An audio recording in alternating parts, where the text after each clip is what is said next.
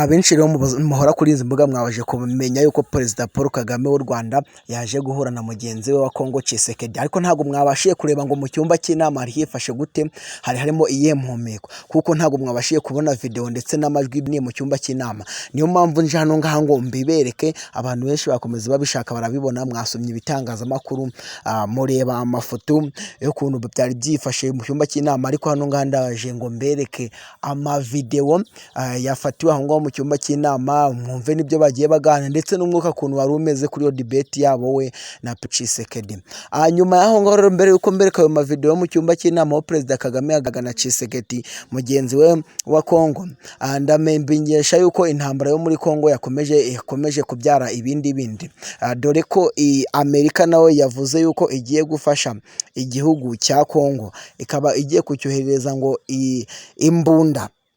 Ubwo n'ubufasha bw'imbunda buzaza burifashishwa n'igihugu cya Congo mu kuganira mu guhangana n'iriya mitwe yitwaje intwaro nka za M23 ndetse n'indi mitwe yibera aho ngaho mu mashyamba ya Congo. Ibi ngibi byaje gutera igitutu ku bihugu byinshi bigiye bitandukanye, baravuga bati se ko Perezida Paul Kagame yaje kuganira na mugenzi we Tshisekedi wo muri Congo byaje kugenda bite. Niyo mpamvu hano ngaho rero nje ngo mbereka amavideo y'uburyo baganiye mu cyumba cy'inama, murebe umwuka kugira ngo abereka hano ngaha nkangiye wabashije kuyabona.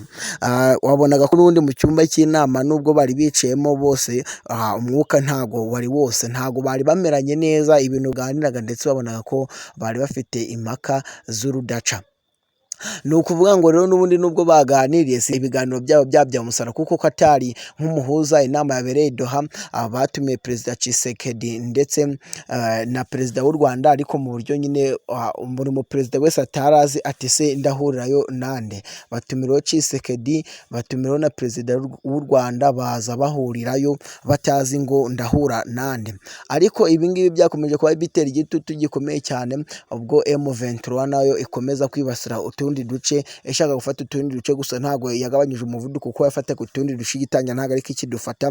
M23 rero yakomeje kuba itewe igitutu, nayo ikaba iri kuvuga ati turashaka ubwigenge kugira ngo twigenge, kano gace kaba kacu natwe tube twafata ubu butaka twafashe nk'igihugu cyacu. Ibi ngibi biza kugenda bitera igitutu ingabo zikomeye z'u Rwanda, ariko nako ingabo z'u Burundi zikomeje gupfirayo, zimwe zikomeza zitahira iwabo. Bundi amakuru aba ari kugenda avugwa cyane aturuka hariya muri Congo, cyane cyane ku ntambara ya M23 ndetse na Congo, aba ari menshi cyane. Niyo mpamvu tuzatuyagaruka hano ngaha kuri 5 mbere yuko mbasijyamo video. Ibuka gukanda subscribe kuri iyi YouTube channel nshyashya izaze kugezaho ibintu bishya.